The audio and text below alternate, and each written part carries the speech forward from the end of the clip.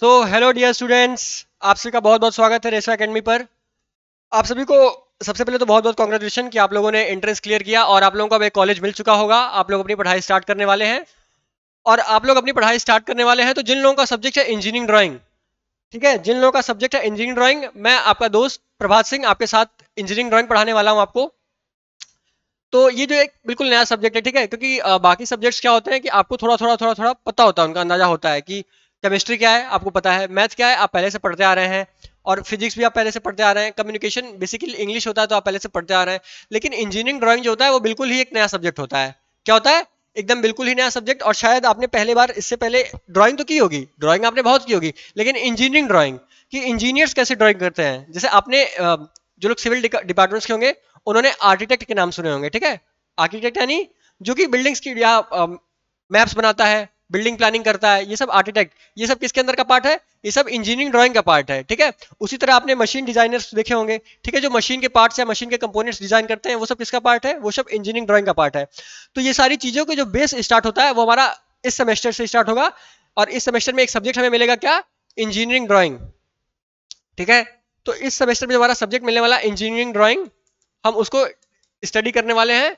और मैं कोशिश करूंगा, अपनी पूरी जान निकाल के रख दूंगा कि आपको एक एक कॉन्सेप्ट, एक एक ड्राइंग बिल्कुल फिंगर टिप्स पे क्लियर हो, ठीक है। आप 70 में से 70 मार्क्स ना कर पाए, लेकिन आपको 70 में से 70 मार्क्स तो आता हो, क्योंकि 70 में 70 शायद एग्जामिनर देगा भी नहीं, वो 70 में 68 67 66 यही देगा, ठीक है। लेकिन आपको आने चाहिए पूरे 70, ठीक है। मतलब दिमाग में आने चाहिए पूरे 70 नंबर, आपको 66 67 मिल जाए तो भी हम लोग सेटिस्फाइड रहेंगे, ठीक है। तो एसबीटीई बिहार यानी state board of technical education Bihar, ये हमें देता है क्या? डिप्लोमा का सिलेबस, ठीक है। मतलब हर स्टेट का अपना बोर्ड होता है, वो हमें क्या सिलेबस देता है डिप्लोमा के, कि हमें पढ़ना क्या है, हमें पूरे इस करिकुलम में कौन कौन सी चीजें पढ़नी है, कौन कौन से सब्जेक्ट, कौन कौन से चैप्टर, कौन कौन से टॉपिक्स, ठीक है। तो एसबीटीई ने जो नया सिलेबस जारी किया है उसके अकॉर्डिंग क्या था कि सेमेस्टर वन की जो असेसमेंट स्कीम है, ये मैं मैकेनिकल की बात कर रहा हूँ, डिप्लोमा इन मैकेनिकल इंजीनियरिंग, और जहां जहां आपको ईडी मिलेगी, जैसे मैकेनिकल इंजीनियरिंग में है और मैकेनिकल इंजीनियरिंग ऑटोमोबाइल में है, ठीक है, तो वहां पे आपको ये सेम पैटर्न दिखेगा, मतलब सारा सिलेबस सेम होगा। तो बाकी सब्जेक्ट की बात नहीं करते हैं, मैथ्स आपको पहले से पता है, केमिस्ट्री पता है, सब क्लासेस चल भी रही हैं, आप लोग देख भी रहे हैं। अब हम लोग शुरू करने वाले हैं क्या? Engineering drawing. तो इंजीनियरिंग ड्राइंग में सबसे पहले देखते हैं कि एग्जाम कितने नंबर का होने वाला है, ठीक है। पूरा सब्जेक्ट हमारा यहाँ पे है 200 नंबर का, ठीक है। पूरे पूरा एग्जाम 200 नहीं सॉरी, कहाँ पे देख रहे हैं हम लोग? हाँ, इंजीनियरिंग ड्राइंग का जो पूरा एग्जाम है वो 200 नंबर का है। लेकिन हमें नंबर मिलने कितने वाले हैं? हमें मतलब अब नंबर हमारे हाथ से हमें कितने मिलने वाले हैं? बाकी तो कॉलेज देगा, हमारे हाथ से हमारे हाथों में कितने नंबर है? 70 नंबर। क्लियर है? हमारा जो एग्जाम आएगा कितने नंबरों का आएगा? 70 यानी 70 नंबर्स का, ठीक है। तो इन 70 नंबरों की लड़ाई है, इन 70 नंबरों के लिए आपको पढ़ना है। बाकी अगर अगर आप इस 70 नंबर के लिए पढ़े होंगे तो आपका कॉलेज में परफॉर्मेंस अच्छा होगा। अगर आप टीचर मतलब जैसे आप एक तो बिहार के हैं, आप लोग लड़ाई झगड़ा भी कर सकते हैं। तो अगर आप कॉलेज में लड़ाई झगड़ा ना करें, टीचर्स की नजर में अच्छा बने रहे, तो आपको डेफिनेटली इधर भी अच्छे नंबर देंगे, ठीक है। जो लैब असेसमेंट है या टीम वर्क या सेल्फ लर्निंग असेसमेंट है, इन सब में अच्छे नंबर मिलेंगे। और 70 नंबर आप एग्जाम में अच्छा पढ़ के हमारे साथ पढ़ के अच्छा ला सकते हैं, ठीक है। आगे देखते हैं तो 70 नंबर के लिए हमें पढ़ना क्या क्या है, ठीक है। उम्मीद करते हैं आपको एक बार समझ में आ गया होगा, ठीक है। इंजीनियरिंग ड्राइंग आप बिल्कुल डरिए मत, हम बिल्कुल स्टार्ट से स्टार्ट करेंगे। और मैं मतलब वादा तो नहीं कर सकता, क्योंकि सिर्फ मेरे वादा करने से नहीं होगा, मैं कोशिश कर सकता हूँ पूरी, और वादा आपको करना होगा कि आप लोग मेरे बताए हुए जो ड्राइंग्स हैं उनकी प्रैक्टिस करेंगे। और अगर आप प्रैक्टिस करेंगे तो आप जब आए हैं ये सब्जेक्ट पढ़ने, ये सेमेस्टर पढ़ने, तो आप इन सारे सब्जेक्ट्स को जानते होंगे, पाइथन को छोड़ के बाकी आप मैथ्स, केमिस्ट्री या इन्वायरमेंटल स्टडीज या कम्युनिकेशन के लिए सब जानते होंगे, ठीक है। और ईडी और पाइथन को नहीं जानते होंगे, लेकिन जब आप ये सेमेस्टर पढ़ के निकलेंगे तो आप इन सबसे बेटर ईडी को जानते होंगे, ठीक है। आप इन सबसे अधिक मार्क्स आपको ईडी ला के देगा। क्लियर है? तो ये आप कब होगा? ये जब आप प्रैक्टिस करेंगे तब होगा, ठीक है। तो आइए देखते हैं कि ईडी में पढ़ना क्या क्या है, ठीक है। हमारे टोटल 6 यूनिट्स हैं, क्या क्या है वो यूनिट्स देखते हैं। सबसे पहला यूनिट क्या है? सबसे पहला यूनिट है हमारा बेसिक एलिमेंट्स ऑफ ड्राइंग, ठीक है। अब इस बेसिक एलिमेंट्स ऑफ ड्राइंग में क्या क्या पढ़ना है, एक नजर में देखते हैं कि हमें बस पढ़ना क्या क्या, सिलेबस बस डिस्कस करते हैं अभी, ठीक है। तो बेसिक एलिमेंट्स ऑफ ड्राइंग में हमें पढ़ना है methods to use different drawing instruments and supporting materials, यानी इसमें हमें क्या पढ़ना है? बेसिकली ड्राइंग टूल्स, कि हमें कौन कौन से टूल्स यूज करने हैं, ड्राइंग बोर्ड क्या होती है, ड्राइंग शीट क्या होती है, पेंसिल कैसे यूज करते हैं, रबर कैसे यूज करते हैं, फ्रेंच कर्व क्या होता है, प्रोटेक्टर, मिनी ड्राफ्टर, ये सारी चीजें क्या हमें पढ़नी है? टूल्स पहले चैप्टर में। फिर दूसरा क्या होगा? Different lines and conventions in engineering drawing, अलग अलग तरह के टाइप्स ऑफ लाइंस क्या क्या होती हैं, ठीक है। टाइप्स ऑफ लाइंस क्या क्या होती हैं, उन लाइंस को यूज कहाँ कहाँ किया जाता है, सेंटर लाइन कहाँ पे ड्रॉ की जाती है, प्रोजेक्शन लाइन कहाँ पे ड्रॉ की जाती है, ये सारी चीजें हम कहाँ पे सीखेंगे? यहाँ पे सीखेंगे। उसके बाद इंजीनियरिंग स्केल्स एंड एप्लीकेशन, ठीक है। सबसे पहले reduce, enlarge and full size, और इसमें क्या प्लेन एंड डायगोनल स्केल, यानी आपको स्केल्स पढ़ना है, ठीक है, स्केल में भी कौन सा, प्लेन और डायगोनल, ठीक है, प्लेन और डायगोनल स्केल। उसके बाद क्या, डायमेंशनिंग टेक्निक्स, ठीक है, कि अलग अलग चीजों को डायमेंशन कैसे किया जाता है, वो सब डायमेंशनिंग टेक्निक हमने सीखना है। कैसे चेन को किया जाता है, कैसे पैरेलल और कोऑर्डिनेट सिस्टम में डायमेंशनिंग की जाती है, ठीक है। उसके बाद क्या, geometrical construction related with line, कि कैसे एक लाइन को बाइसेक्ट किया जाता है, कैसे एक लाइन को अलग कई भागों में बांटा जाता है, कैसे एक आर को कई भागों में बांटा जाता है, कैसे किसी एंगल को बाइसेक्ट किया जाता है, ये सारी चीजें इसमें आएंगी। फिर geometrical construction related to with an angle, arc और एंगल वाला जो कंस्ट्रक्शन होगा वो इसके अंदर आएगा। और related with circle and arc, excuse me, तो जो सर्कल से रिलेटेड होगा और आर से रिलेटेड कंस्ट्रक्शन, यानी ये सारी चीजें जो ज्योमेट्रिकल कंस्ट्रक्शन कहलाती है, ठीक है। पहले इसको हम अलग चैप्टर से पढ़ते थे, लेकिन अब ये सारे चैप्टर सेम हो चुके हैं ज्योमेट्रिकल कंस्ट्रक्शन के अंदर। फिर उसके बाद पॉलीगन्स बनाना, पॉलीगन्स मतलब क्या, हेक्सागन, ठीक है, ड्राइंग टूल्स की सहायता से भी और बिना ड्राइंग टूल्स की सहायता यानी टेक्निक्स की सहायता से भी। हेक्सागन हो गया, पॉलीगन हो गया, मतलब पॉलीगन में फिर triangle, square, pentagon, hexagon, heptagon, general method द्वारा, और एक कैलकुलेटिव मेथड होता है स्पेशल मेथड, उसके द्वारा भी बनाना। ये सब सिखाया जाएगा आपको। और क्या सिखाया जाएगा, इंजीनियरिंग कर्व्स, यानी एलिप्स बनाना, पैराबोला बनाना, ठीक है। एलिप्स और पैराबोला खासकर आपके एग्जाम में आता है, साइक्लॉइड्स और इवोल्यूट्स आपके सिलेबस में दिया हुआ है, लेकिन आपके एग्जाम में कम पूछा जाता है, ठीक है। लेकिन एलिप्स और पैराबोला पे हमारा ज्यादा जोर रहेगा, सीखेंगे सब। आगे देखते हैं। फिर हमारा दूसरा जो चैप्टर आएगा वो हो जाएगा, हमारा जो दूसरा चैप्टर हो जाएगा वो क्या हो जाएगा, एलिमेंट्स ऑफ ऑर्थोग्राफिक प्रोजेक्शन। तो पहला चैप्टर जब हम बेसिक सीख चुके होंगे, तो हमारा ईडी का जो सबसे इंपॉर्टेंट पार्ट होगा आपके पहले पूरे सेमेस्टर में हुआ है ऑर्थोग्राफिक प्रोजेक्शन, ठीक है। अब ऑर्थोग्राफिक प्रोजेक्शन सीखने से पहले हमें उसके बेसिक एलिमेंट सीखने होंगे कि ऑर्थोग्राफिक प्रोजेक्शन होता क्या क्या है, उसमें किस किस चीजों के बारे में पढ़ना होता है। तो ऑर्थोग्राफिक प्रोजेक्शन, इसे हिंदी में कहते हैं लंबकोणीय प्रक्षेपण, लेकिन आपको पूरा एग्जाम इंग्लिश में देना है, तो आप लोग इंग्लिश में बेटर जानिए ऑर्थोग्राफिक प्रोजेक्शन क्या होता है। इसमें सबसे पहले कॉन्सेप्ट और एप्लीकेशन, की ऑर्थोग्राफिक प्रोजेक्शन का कॉन्सेप्ट क्या है और इसको अप्लाई क्यों किया जाता है, इसका यूज क्या क्या होता है, ठीक है। फिर प्रोजेक्शन प्लेन्स, कि जिन जिन प्लेन्स पर हमें चीजें प्रोजेक्ट करनी होती है। देखो जैसे इसमें होता क्या है, मैं आपको बताता हूँ, अब एक ड्राइंग बना के, कि ये आपका, जैसे आपने एक प्लेन देखा होगा एक्स एक्सिस वाई एक्सिस, वैसे इसमें ये लाइंस होती हैं नॉर्मल कोऑर्डिनेट सिस्टम में, लेकिन जब हम ऑर्थोग्राफिक प्रोजेक्शन बनाते हैं तो ये प्लेन्स होते हैं। एक प्लेन ये, दो प्लेन ये, तीन प्लेन, चार प्लेन, तो ऐसे चार प्लेन्स में होते हैं। तो किस प्लेन में हमें ड्राइंग बनानी है, किस प्लेन का क्या मतलब होता है, ये सारी हम कहाँ सीखेंगे, प्रोजेक्शन प्लेन्स में, ठीक है। ये सब प्रोजेक्शन प्लेन्स कहलाती हैं।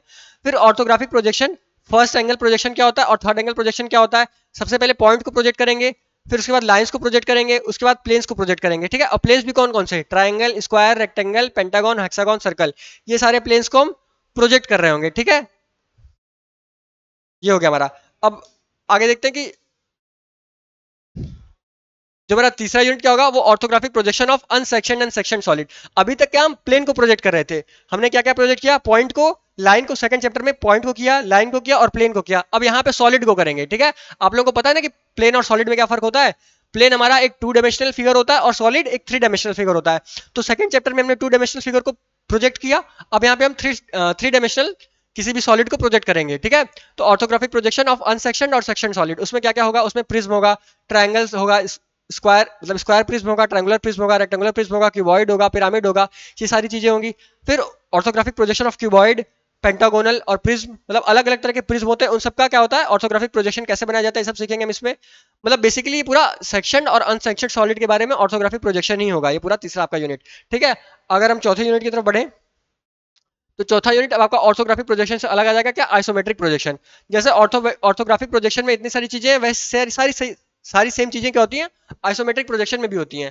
तो आइसोमेट्रिक प्रोजेक्शन में बेसिकली हमें सीखना क्या है, इंट्रोडक्शन क्या होता है, इसके बारे में इतना डिटेल में नहीं जानना, क्योंकि ज्यादा इंपॉर्टेंट है हमारे फर्स्ट सेमेस्टर में, और ये इतना इंपॉर्टेंट फर्स्ट सेमेस्टर में नहीं है, ठीक है। इसलिए इसके बारे में कम जानना है। तो आइसोमेट्रिक प्रोजेक्शन होता क्या है, सबसे पहले इंट्रोडक्शन। फिर आइसोमेट्रिक स्केल, शुरू में हम लोगों ने क्या पढ़ा था, शुरू में हम लोगों ने पढ़ा था डायगोनल स्केल और प्लेन स्केल पहले चैप्टर में, ठीक है। लेकिन दूसरे चैप्टर में चौथे चैप्टर में हम क्या पढ़ेंगे, आइसोमेट्रिक स्केल और नेचुरल स्केल, ठीक है। उसके बाद आइसोमेट्रिक व्यू क्या होता है और आइसोमेट्रिक प्रोजेक्शन करते कैसे हैं। उसके बाद कुछ प्रॉब्लम्स मिलेंगे, कुछ क्वेश्चंस मिलेंगे, वो क्वेश्चन सॉल्व कैसे होते हैं। अगर कोई वस्तु दे दिया है, कोई पिंड दे दिया है, ठीक है, जिस पिंड में कोई छेद हो, मान लो कोई शंख हो, ठीक है, तो उसको प्रोजेक्ट कैसे करेंगे हम एक ड्राइंग फिगर पे, ये सारी चीजें, ये सारे प्रॉब्लम्स जो होते हैं हम इस चैप्टर में डील करेंगे, ठीक है। फिर ऑर्थोग्राफिक व्यू को किसी भी आइसोमेट्रिक व्यू में कैसे प्रोजेक्ट करेंगे, जैसे हमें यहाँ पे कोई ऑर्थोग्राफिक व्यू मिला, उसको आइसोमेट्रिक व्यू में कैसे प्रोजेक्ट करेंगे, या आइसोमेट्रिक व्यू मिला तो उसको ऑर्थोग्राफिक व्यू में कैसे प्रोजेक्ट करेंगे, ये सब हम कहाँ पे सीखेंगे, अपने चौथे यूनिट में सीखेंगे, ठीक है। Excuse me. जो पांचवा यूनिट होगा हमारा डेवलपमेंट ऑफ सरफेस, यानी कि कोई भी सरफेस का डेवलपमेंट कैसे होता है। पॉइंट्स कनेक्ट कनेक्ट करके लाइंस बनती हैं और लाइंस कनेक्ट कनेक्ट करके सरफेस बनते हैं। तो सरफेस का डेवलपमेंट कैसे होता है, ठीक है। लेटरल सरफेस यानी जो सिंपल सिंपल सरफेसेस होते हैं, जैसे ट्रायंगल हो गया, जैसे प्रिज्म हो गया, जैसे स्क्वायर प्रिज्म हो गया, ये सब लेटरल सरफेस कहलाते हैं, ठीक है।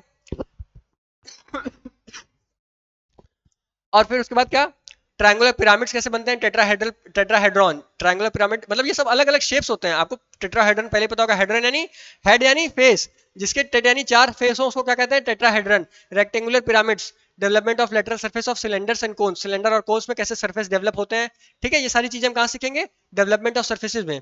और फिर free hand sketch of engineering elements, तो कई सारे ऐसे इंजीनियरिंग एलिमेंट्स होते हैं, सिंबल्स होते हैं, जिनके बारे में नहीं, मतलब हमें अगर कोई सिंबल यूज करना है तो ऐसा, जैसे मान लो हमें कोई सेक्शन दिखाना हो, ठीक है, तो ड्राइंग पे सेक्शन हम ऐसे दिखाते हैं, ठीक है। ड्राइंग पे हम सेक्शन ऐसे दिखाते हैं।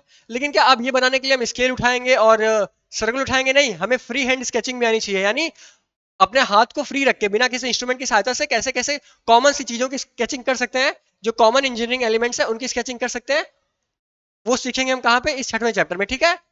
6वें चैप्टर में सीखेंगे क्या क्या कि मटेरियल कौन कौन से स्केचिंग के मटेरियल्स लगते हैं, फिर गाइडलाइंस क्या क्या होती हैं, फ्री हैंड स्केचिंग के रूल्स क्या क्या होते हैं, रेक्टेंगल सर्कल ये सब कैसे बनाया जाता है, ऑर्थोग्राफिक प्रोजेक्शन, ऑर्थोग्राफिक व्यूज ये सब कैसे बनाए जाते हैं, ये सारी चीजें हम इसमें सीख रहे होंगे। क्लियर है, ठीक है। हाँ, इसमें यही तक था। इसके बाद आपका लैब असेसमेंट चालू हो जाता है। आगे देखते हैं अब आपको एग्जाम में क्या करना है, ठीक है। आपने पढ़ तो लिया कि आपके ये सारा सिलेबस है, ये 6 चैप्टर है, बेसिक एलिमेंट्स ऑफ ड्राइंग और एलिमेंट्स ऑफ ऑर्थोग्राफिक प्रोजेक्शन, फिर orthographic projection of section and unsection solid, फिर आइसोमेट्रिक प्रोजेक्शन, फिर डेवलपमेंट ऑफ सर्फेसेज, फिर free hand sketches of engineering elements. अभी एग्जाम में आपको कैसे, ये पूरा पढ़ने के लिए आपको मिलेंगी कितनी, 48 क्लास। कितनी क्लास, 48 क्लास। कॉलेज वाले आपको 48 देंगे, लेकिन हम लोग तो आपको 48 से बहुत अधिक देंगे, ठीक है। तो 48 क्लास मिलेंगे और आपको निकालने होंगे इससे 70 मार्क्स, ठीक है। 70 मार्क्स कैसे निकलेंगे, पहले चैप्टर से मिलेंगे आपको 10 मार्क्स, ठीक है। पहले चैप्टर में क्या क्या है, डायमेंशनिंग है, स्केल है, ठीक है, और लाइंस हैं, पेंटागन हेक्सागन है, वो सारे मिला के आपको 10 नंबर देंगे। और फिर जो ऑर्थोग्राफिक प्रोजेक्शन है, किसका, पॉइंट का, लाइन का और प्लेन का, ये आपको कितने नंबर देगा, 7 नंबर, ठीक है। और जो अब अनसेक्शन एंड सेक्शन सॉलिड, यानी जो प्रिज्म का है, जो रेक्टेंगल का है, जो सर्कल का है, ठीक है, जो स्फीयर का है, जो क्यूबॉइड का है, क्यूब का है, वो आपको देगा 20 नंबर। ये है हमारा मोस्ट इंपॉर्टेंट चैप्टर, ठीक है। ये हमारा मोस्ट इंपॉर्टेंट चैप्टर रहने वाला है, आप लोग इस बात को जरा ध्यान से सुनेंगे, ठीक है। फिर आइसोमेट्रिक प्रोजेक्शन इंपॉर्टेंट चैप्टर है, 12 नंबर देगा। और डेवलपमेंट ऑफ सर्फेसेज 14, ये कठिन भी है और इंपॉर्टेंट भी है, आपको नंबर भी अच्छा खासा देता है, 14 नंबर, क्लियर है। और फिर फ्री हैंड स्केचिंग, इसमें आपको 2 क्वेश्चन पूछेगा, 3.5 नंबर का, 7 नंबर हो सकता है, या 3 भी पूछ सकता है, ठीक है, वो डिपेंड करता है, लेकिन लगभग 7 नंबर देगा। और ये पूरे आपके हो जाएंगे 70 नंबर, क्लियर है, ये पूरे आपके 70 नंबर हो जाएंगे। तो उम्मीद करता हूँ आपको समझ में आ गया होगा कि आपका पूरा सिलेबस क्या है, आप लोग पढ़ने के लिए रेडी होंगे, ठीक है। तो जल्दी हम अपनी क्लासेस भी स्टार्ट करेंगे और फिर आपको रेगुलर क्लासेस मिलती रहेंगी ईडी की, इंजीनियरिंग ड्राइंग की। आपको चिंता करने की बिल्कुल भी जरूरत नहीं है, ठीक है, बिल्कुल भी चिंता करने की जरूरत नहीं है। आप रेसो एकेडमी के साथ जुड़ चुके हैं, जो ऑलरेडी बेस्ट है, इंट्रेंस एग्जाम में आपको प्रूव कर चुका है कि हम कितने मतलब रैंकर्स देते हैं, ठीक है। कॉमन स्टूडेंट्स निकले ना निकले, लेकिन रैंकर्स जरूर निकलते हैं हमारे यहाँ से, ठीक है। तो आप लोग अपने कॉलेज में रैंकर बनेंगे, ये हमारे रेसो एकेडमी का वादा है आपसे। तो सिलेबस डिस्कशन में फिलहाल इतना ही था, उम्मीद करता हूँ आपको इंजीनियरिंग ड्राइंग का सिलेबस डिस्कशन समझ में आया होगा। जिन बच्चों को ये चीजें नहीं क्लियर होती हैं, आप उन बच्चों के साथ ये वीडियो शेयर कर सकते हैं, ठीक है। आप अगर हमारा कोर्स परचेस कर चुके हैं तो वेरी गुड, अगर नहीं किया है तो जल्द से जल्द कर लीजिए, क्योंकि आपको सारी क्लासें जो है वो एप्लीकेशन पे मिलेंगी पर्सनल, ठीक है। जो लोग कोर्स परचेस किए होंगे, कुछ क्लासेस चलेंगी यूट्यूब पे, ठीक है। चलिए, thank you all of you, have a nice day.